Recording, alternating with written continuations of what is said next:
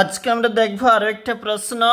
এটা হচ্ছে সপ্তম শ্রেণীর ইংরেজি প্রশ্ন, যেখানে পূর্ণমান 30, সময় রয়েছে 1 ঘন্টা। সংস্থার প্রশ্ন, একাধিক স্কুলে কমন প্রশ্ন, যেখানে প্যাসেজটা শুরু হয়েছে সিন অংশ দি কিং অফ কিংস, এটা দিয়ে শুরু হয়েছে। দেখো এটা রয়েছে আমাদের এখানে সিন অংশ, এরপরে নিচে কিন্তু থাকছে তাহলে 1/4, মানে এগুলা কোনটা সঠিক উত্তর হবে সেগুলা কিন্তু তোমাদেরকে চুজ করতে হবে। চলে যাচ্ছি একটু 2 নম্বর পেজটাতে। এটা হচ্ছে আমাদের 2 নম্বর পেজ এবং সেখানে রয়েছে আবারও প্রশ্ন, যেখানে টু ফলস রয়েছে দেখতে পাচ্ছ, মানে 2 × 3, অর্থাৎ এই প্রশ্নগুলির জন্য, এবং রয়েছে কিন্তু তার সঙ্গে সঙ্গে সাপোর্টিং স্টেটমেন্ট।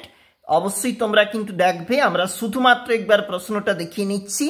এটা হচ্ছে 2 × 2, মানে হচ্ছে 2 নাম্বার করে। এই প্রশ্নপত্রগুলির জন্য অবশ্যই গুরুত্বপূর্ণ। চলে যাচ্ছে একটু, এটা পরবর্তী পেজ, এবং যেখানে রয়েছে 1 × 4 fill in the blanks with appropriate, যেখানে পসেসিভ প্রোনাউন্স অ্যান্ড যেখানে পসেসিভ অ্যাডজেক্টিভস বলা রয়েছে, এবং নিচে fill in the blanks proper degree.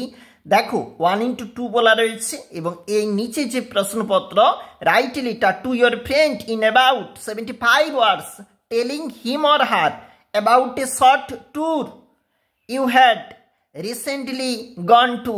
দেখো তুমি যেখানে একটা চিঠি অবশ্যই লেখার কথা বলেছে, তার জন্য কিন্তু রয়েছে আবারও 10 মার্ক।